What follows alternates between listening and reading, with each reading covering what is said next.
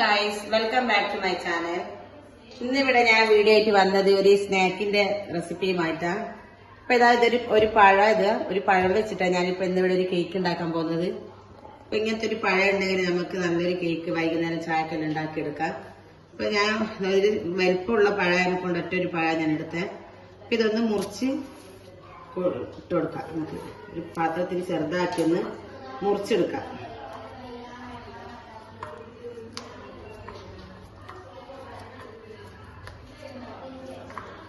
ഇപ്പൊ ഈ ഒരു പഴം മുഴുവൻ ഞാനിവിടെ മുറിച്ചെടുത്ത് വെച്ചിട്ടുണ്ട്. ഇതാണ് നിൽക്കട്ടെ, ഞാൻ എടുത്തിട്ടുണ്ട്. അപ്പൊ ഇതൊന്ന് നല്ലോണം മിക്സിയിലിട്ടൊന്ന് പൊടിച്ചെടുക്കാം.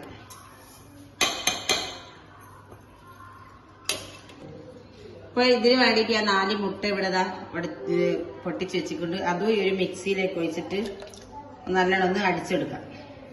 അപ്പൊ ഒരു ബൗള് ഞാനിവിടെ എടുത്ത് വെച്ചിട്ടുണ്ട്. ഇതിലേക്ക് 1 ഗ്ലാസ് പൊടിയും ഞാൻ മൈദ ഇട്ട് കൊടുക്കാം. ഞാൻ അരിച്ചെടുത്തത്. ഇത്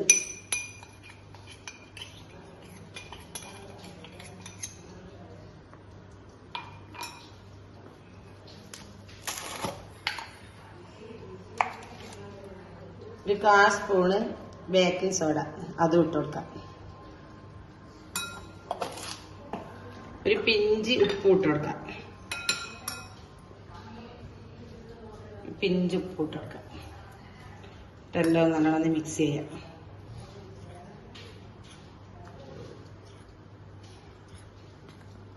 ഇതേപോലെ തന്നെ നമ്മളിതാ ഇവിടെ എടുത്തു വെച്ച പഴം ഒന്ന് മിക്സിയിലൊന്ന് അടിച്ചെടുക്കാം. അപ്പൊ നമ്മളിപ്പോ അടിച്ചു വെച്ച മുട്ടയിലേക്കൊന്ന് ഈ പഞ്ചസാര പൊടിച്ചത് ഇട്ട് കൊടുക്കാം. ഇട്ട് നല്ലോണം മിക്സ് ചെയ്ത് നല്ലോണം ഇളക്കിയെടുക്കാം.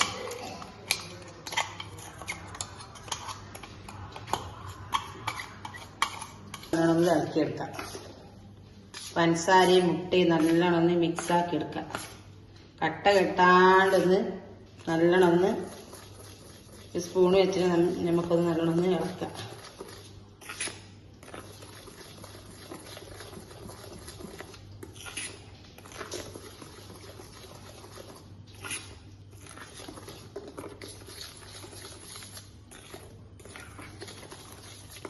അപ്പൊ പഞ്ചസാരയിൽ എന്നോട് ഒരു കാര്യം വിട്ടുപോയി. 2 ഗ്രാമ്പ് നല്ല ഫ്ലേവർ കിട്ടാൻ വേണ്ടിയിട്ട് ആ പഞ്ചസാര തന്നെ 2 ഗ്രാമ്പ് ഇട്ടിട്ട് അടിച്ചു കൊടുത്താൽ നല്ല ഒരു ഫ്ലേവർ ഉണ്ടാവും. അപ്പൊ അത് ഞാൻ വീഡിയോയിൽ കാണിക്കാൻ പറ്റിയിട്ടില്ല. അപ്പൊ അതും ഇട്ട് കൊടുക്കാം. അപ്പൊ നമ്മളിതാ ഈ മുട്ടൻ്റെ പഞ്ചസാരൻ്റെ മിക്സ്ഡായി മൈദ മാവിലേക്ക് ഇട്ട് കൊടുക്കാം. ഇതിന്റെ കൂടെ തന്നെ പഴം അടിച്ചത് അതും ഇട്ട് കൊടുക്കാം. ഇതിൽ തന്നെ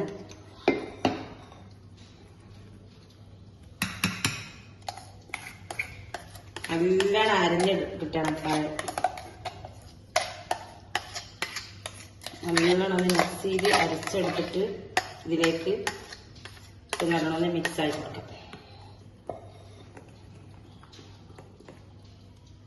നമ്മളെ പഴത്തിൻ്റെ മൈദയും പഞ്ചസാരയും ഇതിൻ്റെ ഈ മിക്സിയിലേക്ക് ഒരു 3 സ്പൂണ് സൺഫ്ലവർ ഓയിൽ ഒഴിച്ചു കൊടുക്കാം. നല്ലോണം മിക്സ് ചെയ്യാം.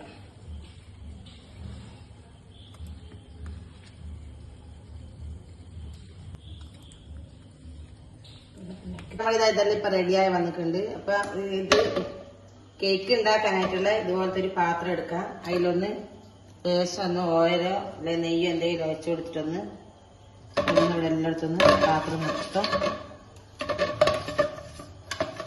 ഒന്ന് ഒട്ടിപ്പിടിക്കുന്നതിന് ഇന്ന് നല്ലോണം എല്ലായിടത്തൊന്ന് തടവി കൊടുക്കാം. നമ്മളിതാ കേക്കിന്റെ ഈ കൂട്ട് ഇതിലേക്ക് ഒഴിച്ചു കൊടുക്കാം.